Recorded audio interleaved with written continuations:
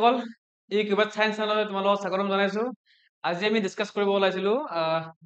PSC nursing আৰু P farm এক্সামিনেশ্যনৰ যিটো আমাৰ ফিজিক্সৰ সিৰিজ চলি আছিলে সো পাৰ্ট 1 টো আমাৰ অলৰেডি হৈ গৈছে। আজি আমি ডিসকাস কৰিম পাৰ্ট 2 টো, ঠিক আছে? তো আশা কৰিছো তোমালোকে পাৰ্ট 1 টো অলৰেডি চাইছা ভিডিওটো ভালকে আৰু তাৰ পৰা কি কৰিছা ৰিভাইজ কৰিছা, ঠিক আছে? তো আজি আমি ডিসকাস কৰিম পাৰ্ট 2 ৰ কোৱেশ্চন কেইটা, ঠিক আছে?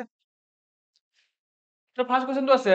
instantaneous speed is defined as option A average speed over a long time, option B displacement over time, option C limit of average speed as time interval approaches zero, and option D to D আছে total speed at an instant. Okay, তো first thing instantaneous speed তো জানাৰ আগতে জানিব লাগিব average speed টো হয় কি। এভাৰেজ স্পিড লিখা আছে, ঠিক আছে? কাৰণ এভাৰেজ স্পিড জানিলে আমি কি কৰিব পাৰিম, ইনস্ট্যান্টেনিয়াস স্পিড আমি জানিম, ঠিক আছে? তো ফাৰ্স্ট আমি জানিব লাগিব এভাৰেজ স্পিড। তো এভাৰেজ স্পিড হয় কি, যেতিয়া এটা অবজেক্ট ধৰা হ'ল এটা পজিশন লৈছে, মই এটা পজিশন এটা আছে, এইটো এ বুলি কৈছো, ইয়াত এটা পজিশন আছে, এইটো বি বুলি কৈছো। এটা এটা অবজেক্ট কি কৰিছে, এৰ পৰা বি লৈকে গৈছে, ঠিক আছে? তো এৰ পৰা বি লৈ যাওঁতে কিমান ডিসটেন্স কভাৰ কৰিছে, এক্স, মই এক্স বুলি কৈছো। এক্স হৈছে কি টোটেল ডিসটেন্স যেটা এৰ পৰা বি লৈ গৈছিলে, আৰু আমাৰ টাইম লাগিছে কিমান, টাইম টি। ওকে, ইয়াৰ পৰা আমি চাব লাগিলে যদি আমি স্পিডটো লাখি কৰিম, স্পিড মিন্স হোৱাট, যে এটা অবজেক্টে এটা পইণ্টৰ পৰা এটা পইণ্টলৈ যাবৰ কাৰণে টোটেল ডিসটেন্স কিমান কভাৰ কৰিছে, টোটেল ডিসটেন্স কভাৰটো কভাৰ ডিভাইডেড বাই টোটেল টাইম নিডেড বা টোটেল টাইম ৰিকুৱাৰ্ড। মানে আলটিমেটলি কি হয়, এৰ পৰা বি লৈ যাবৰ কাৰণে কিমান ডিসটেন্স টোটেল ট্ৰেভেল কৰিলে আৰু কিমান টাইম লাগিলে টোটেল, সেইটো যদি আমি টোটেল ডিসটেন্স টোটেল টাইমে ডিভাইড কৰি দিওঁ তেতিয়া আমি স্পিডটো পাই যাম, আৰু এইটোক আমি কি বুলি কওঁ, এভাৰেজ স্পিড বুলি কওঁ। আৰু যেতিয়া অবজেক্টটো এৰ পৰা বি লৈকে গৈছিলে, ঠিক আছে, মোক কোনোবাই সুধিছে আছে এই যেতিয়া অবজেক্টটো এৰ পৰা বি লৈ গৈছে, তেতিয়া কোনোবাই সুধি দিলে যে সেই অবজেক্টটো এৰ পৰা বি লৈ যাওঁতে যদি তাৰ মাজত মই পইণ্ট এটা কনচিডাৰ কৰিলো চি বুলি, এৰ পৰা বি লৈকে যাওঁতে এই চি পইণ্টত তাৰ স্পিডটো কিমান আছিলে, ঠিক আছে? তো এৰ পৰা বি লৈকে আমি গম পালো, এতিয়া এভাৰেজ স্পিড আহি গ'ল, টোটেল ডিসটেন্স ডিভাইডেড বাই টোটেল টাইম। বাট সেই অবজেক্টটোৱে এৰ পৰা বি লৈ যাওঁতে চি পইণ্টত যেতিয়া সেই চি পইণ্টটো পাইছিল অবজেক্টটোৱে, সেই পইণ্টত তাৰ স্পিডটো কিমান আছিলে, আৰু এইটোক আমি কি বুলি কওঁ, ইনষ্টেন্টেনিয়াছ স্পিড বুলি কওঁ। আৰু ইনষ্টেন্টেনিয়াছ স্পিডত কি হয়, সদায় আমি কি কৰো, টাইমটো আমি কি কৰো, যেতিয়া টাইম ইণ্টাৰভেল লাগিব, টাইম ইণ্টাৰভেল সদায় আমি কি কৰো, নিয়াৰলি ইকুৱেল টু 0 কৰি লওঁ বা টেন্স টু 0 কৰি লওঁ। আৰু এইটোক আমি কি বুলি কওঁ, যেতিয়া আমি নিয়াৰলি ইকুৱেল টু 0 কৰো তেতিয়া আমি এনেকে বুলি কওঁ, নিয়াৰলি ইকুৱেল টু 0 বুলি কওঁ বা টেন্স টু 0 বুলি কওঁ। তো যেতিয়া আমি এই কামটো কৰিম বা এই পাৰ্চেণ্টটো কৰিম তেতিয়া আমাৰ কি হয়, তেতিয়া আমি কি বুলি কম, সেইটো ইনষ্টেন্টেনিয়াছ বুলি কম। মানে যেতিয়াই আমাৰ লিমিট আহিব,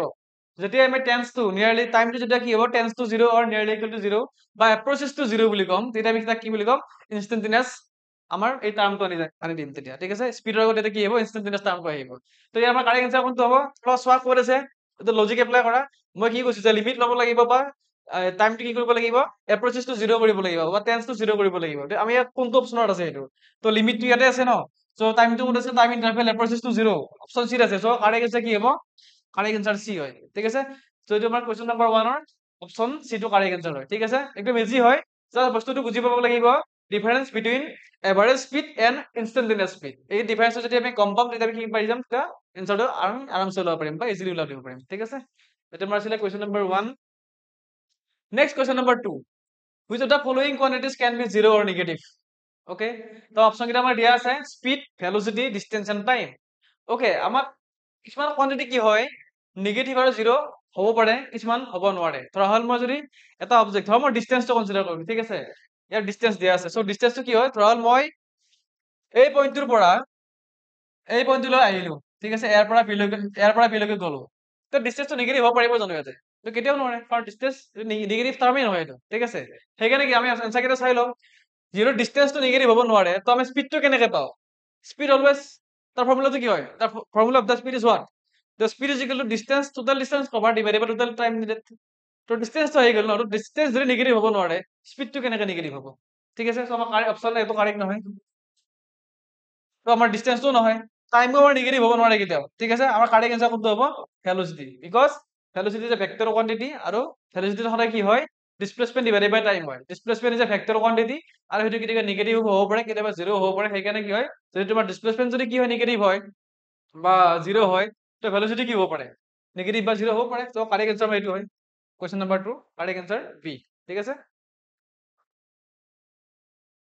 Question number 3. If a vector A is multiplied by a negative scalar,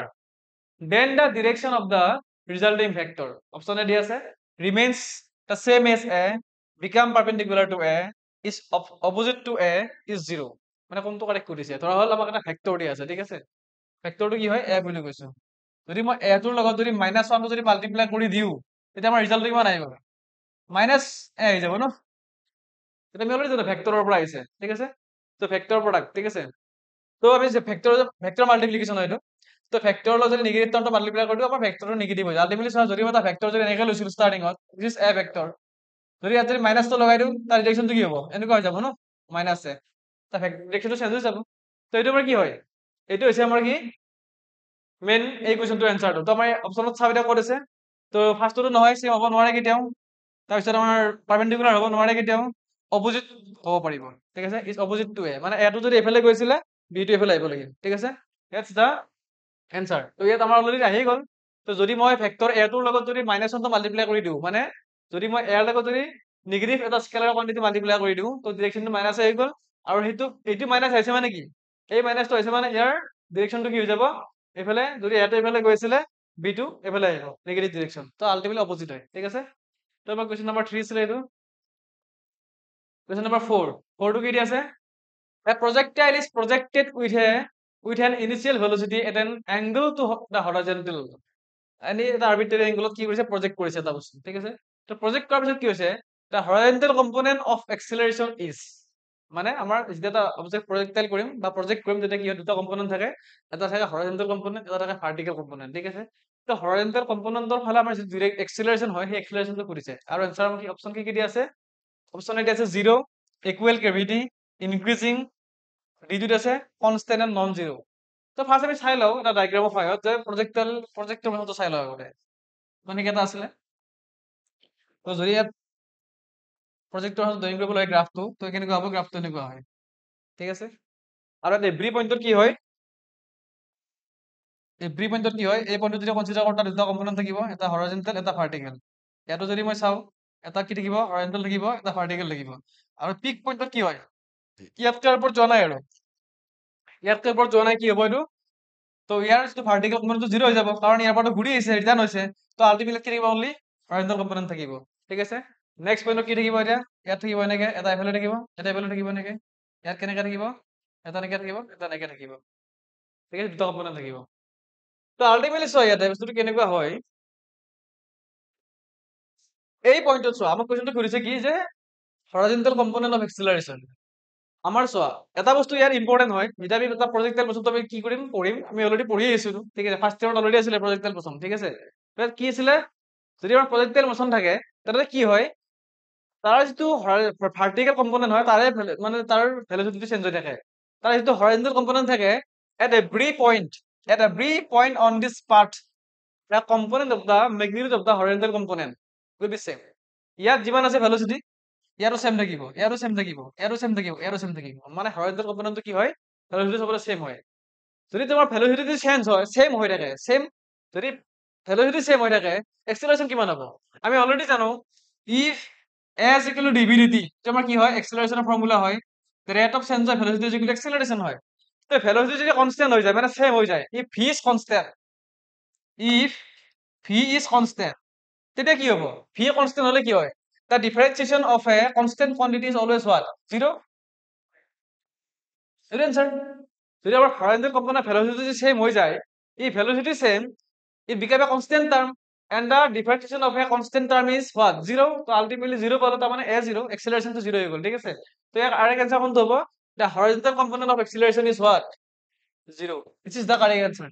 question number 4 আমাৰ অপচনেটো কি হয় কাৰেক্ট এনসাৰ হয় 0 ঠিক আছে তো এটা আমাৰ মেইন ডায়াগ্ৰামটো হয় ঠিক আছে এই ডায়াগ্ৰামটো যদি বুজি পোৱা গোটেইখিনি ইজি হৈ যায় আৰু ডিফাৰেন্সিয়েল কনচেপ্টটো জানিব লাগিব আৰু এই ফৰ্মুলাবিলাক অলৰেডি পাইছাই তোমালোকে ফাৰ্ষ্ট ইয়াৰত তো সেই ফাৰ্ষ্ট ইয়াৰ ফৰ্মুলাখিনি অলপমান ৰিভাইজ কৰি ল'বা এক্সামৰ আগে আগে কাৰণ এইটো বস্তুৱে কি কৰে বহুত এনসাৰ দিব মানে নিউমেৰিকেল যিবিলাক কুৱেশ্যন আহিব ইয়াৰ পৰা আমি বহুত বেছি এনসাৰ তাৰ পৰা ওলাই দিব পাৰোঁ ঠিক আছে তো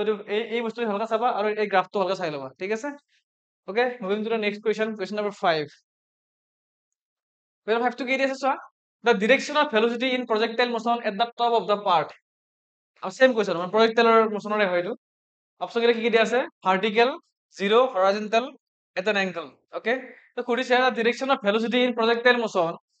at the top of the part এই বস্তুটো ইম্পৰ্টেন্ট হয় সো যদি আমাক কি থাকে এটা projectile দিয়া থাকে এটা আমাৰ প্ৰজেক্টৰ মোচন দিয়া আছে ঠিক আছে এনেকৈ আছিলে আৰু তাৰ প্ৰজেক্টৰটো কেনেকুৱা আছিলে ইটস লাইক দিছ